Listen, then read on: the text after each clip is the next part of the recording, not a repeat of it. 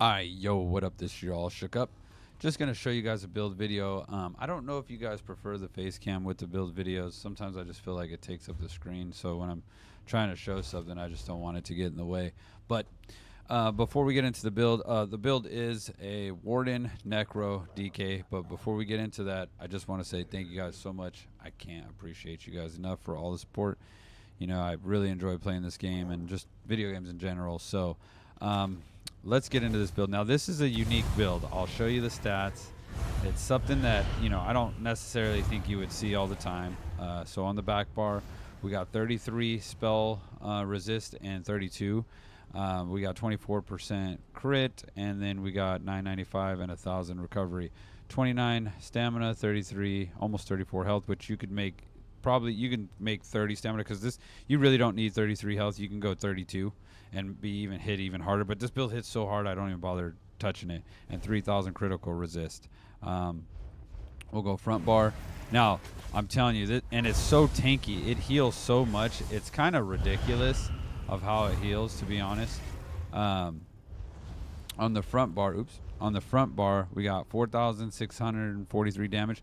Now I know the weapon damage doesn't seem high, but it gets up. It's the way this build works. You don't need 10,000 weapon damage. It hits so hard. You got recoveries 839, 829 seems low, but you will actually be able to sustain fairly easy. You'll see why. And then penetration, because you're using blast bones, it goes up to about 11k, 10 something, which is plenty to drop people because you also have major breach on this. So it's an extremely good build. I am using the warrior, and like I said, you could bump this. Your damage is going through your stamina, so your weapon damage doesn't need to be crazy high. I am an ESO Plus member for now because I haven't renewed, and I'm using Bewitched Sugar Skulls. So we'll get into the sets because the sets basically stay the same. You got Essence Thief, so you're going to hit 10% harder. So that's what I'm saying. You don't need so much weapon damage. It's not that big of a deal. Then you're using Wretched Vitality, which is, staple set for me. You know what I mean? You get all your recoveries. So basically you recover. You get, Essence Thief with the light. If you guys don't know, which I'm pretty sure you know by now. Let me charge this. And this is basically all my builds. So I'm utilizing skills around the same set. So you don't have to keep changing your sets. You could basically run the skills and run the same sets. Do you get what I'm saying? And so it actually works out very well. My camera a little off. Interesting. All right. So deals damage, but here's the thing: you get 10% more damage. You get your restore stamina, and you get more health. Bingo. And then Wretched Vitality. It adds Magica recovery, stamina recovery, weapon damage. While in combat, you get a major, minor debuff. And so you basically get about 260 max in stamina. So Roska is better, but I like this set better. So it actually works out. Now, I found a way to where this actually, you can use a different back bar set that's pretty tanky, and you can have Roska, but I like to play it this way. I'm using Mighty Chudan for the major resolve. Makes you tanky, you get health and armor. One Piece Training for that health. Now, like I said, you could basically, if you wanted to, you could switch this to Wretched Vitality, and you get 129 more weapon damage on the front bar. So, but like I said, you don't really, the weapon damage is not a big deal. Mighty Chudan for the shoulders. So you got basically the head. Okay, so let's go for the for the weapons though. You want the increase your weapon damage. Like I said, you get more weapon damage by 348 for 5 seconds, and increase your sharpen and physical penetration. So that's what you want for the weapon enchantments. And for this one, you want defending. For this, you want impin and tri-stat. For the head, it's heavy stamina, impin, chest, trainee, heavy, tri-stat, impin, shoulders, medium, tri-stat. I mean, not tri-stat, stamina, impin, stamina, impin for the waist, light, Wretched Vitality, heavy, Wretched Vitality, hands, tri-stat, impin, Legs, heavy, retro vitality, and pin, tri-stat. Medium, essence thief, tri-stat, and pin. And then necklace would be essence thief, and it would be with adds 174 weapon damage and 10 max recovery. So, or weapon and spell, but you get what I'm saying. Swift, 7% speed. Mark of Majesty. This is a great set. I wouldn't recommend removing this one for anything else. You could go monomyth. You'd have to change some stuff up, but this is a great staple mythic. So, but and then I got Bloodthirsty on it with a weapon enchantment. And then to help your recoveries, you want to go Tri-Stat multi-chat recoveries with Infused Earlier, bump that up, and it is Essence Thief. So that's the sets. Basically pretty simple, right? Nothing real different about that, but it's the skills. So we are running Animal Companion, Adric Flame, Gravelord. We'll go through the skills, and then we'll go through the skill lines and why we run these skills. Blast Bones hits extremely hard. It is a super cheap skill. You could damn near spam this as much as you want. Well, you know, there's a delay, but you get what I'm saying. Super cheap, hits extremely hard. Beautiful fucking skill right here. Flames of Oblivion. This is a great skill. You get weapon crit. You don't have to worry about it. And then active on Aura Flame launches a fireball at 3 enemies every 5 seconds, dealing 6,600. So you're basically just working them, right? And then Dizzy Swing. You got to have your Dizzy Swing. It's just that's how I play. I play with Dizzy Swing. Molten Whip. It is extremely strong. You know, if you strike an enemy, immobilize them or stun them, you set them off balance. Now, a lot of people... So, here's the thing. You can technically get away with using Venomous Claw, but I am a Dizzy Swing player. So, just know that this is better. Okay? But I'm a Dizzy Swing player. So this is better, but I'm a Dizzy Swing player. So that I'll still kill people. I'll still drop them. So it doesn't really, you know what I mean? It doesn't affect me. I don't stress about it. I just kind of play how I like to play. And whenever you active a different Ardent Flame ability in the combat, you gain a stack of Seathering Fury, increasing the damage of your Molten Whip by 20% and your weapon and spell damage by 100. So get more weapon and spell. There you go. And this hits extremely hard. A lot harder than I thought it was going to hit. Damn it. I mean, like, this is actually this is a really good skill. Dealing poison damage and, you know, damage over time. So, and it gives you major reach. Now, this is what I've been having fun with. This thing hits extremely hard. And when you stand in it, it's like... So standing in the aura increases your damage and reduces your damage taken by 14%. And it still goes up because I'm not level 5. This thing is crazy. I really enjoy this skill. Like, it's hard, but you basically want to put it down when you're trying to kite them around something and just basically drop them. It's a really good skill. Back bar. This is why I'm Warden, okay? Because I think this is what makes you so tanky. You heal, and then you heal over time, and you get minor resolved. You heal over time, and you get increased healing received and damage shield strength.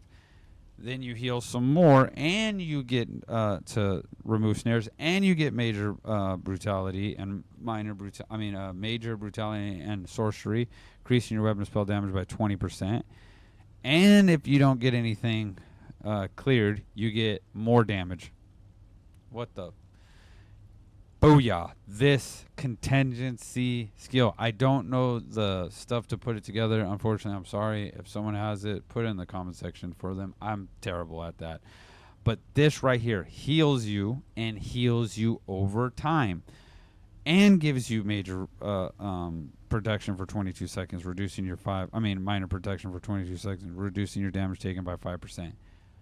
And now you got your removable snares and everything. And you get damage reduction by area attacks. Spell wall. Clutch. So, like, you will see that, like, I'm going to put this short out. Like, you literally are extremely hard to kill. Like, when you want to be. Because this is just healing the shit out of you. Like, you know what I mean? like obviously if you face some crazy dueler, it's going to be extremely hard. But this is insanely like these right here together. You don't even really like you heal like on. You could put this way healing contingency very strong, very strong. So that's the skills. Now for the skill lines, animal companion. Look at the you get healing, you get ultimate, increase your magicka stamina recovery by 20%. I mean, you could use beetles here, right? But and then you're just using a blame of the to proc that. But I personally like the not flames. You noxious breath. You could put beetles here, but I wouldn't do it. And then you got increase the damage of your burning and poison status effect by 33%. When apply burning poison to an enemy, you restore 423 magicka and stamina. This curve. You're literally look at how much resources you're getting back, right? Same thing. When deal direct damage with an ardent flame ability, your damage over time attacks deal 6% increased damage to their target and reducing their movement speed by 3. Dude, that's insane, right? Especially, I'll show you why when we get to the necromancer abilities, how that stacks. Increase the damage over time of your fiery breath, searing strikes, dragon standard ability by 25%. Insane, right? So that's going to make you hit hard and increase the damage of your flame and poison attacks by 5%. So now you hit even harder. Now, we already know what Blast Bones does, but when a sacrifice bone skeleton or spirit mender dies, the cast of your next sacrifice bone skeleton mage is spirit. So basically, I can't read, but basically, look at how cheap that skill is. And then increase your critical strike chance against enemies under 33% health by. I mean, that's crazy. So that really works. And then penetration. You've seen what I have. We're at 11k penetration. It's beautiful. And then here we go. Increase your damage done with damage over time effects by 10%, which is this. So this is how you want to run this. Now that we establish what we're doing here. So essentially what I like to do is I like to, kind of like work them, get the blast bones going, kind of hit breath, kind of hit that. Now you got this, and then what you want to do is you want to drop this down and then work them with blast bones, right?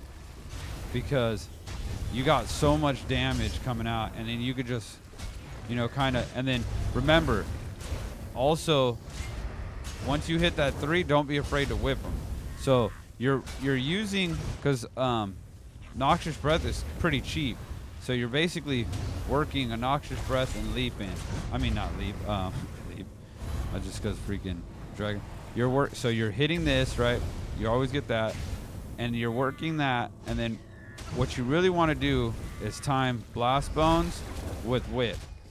It's pretty nasty, and then also because like you're using breath, and then like so this skill right here is pretty strong, right?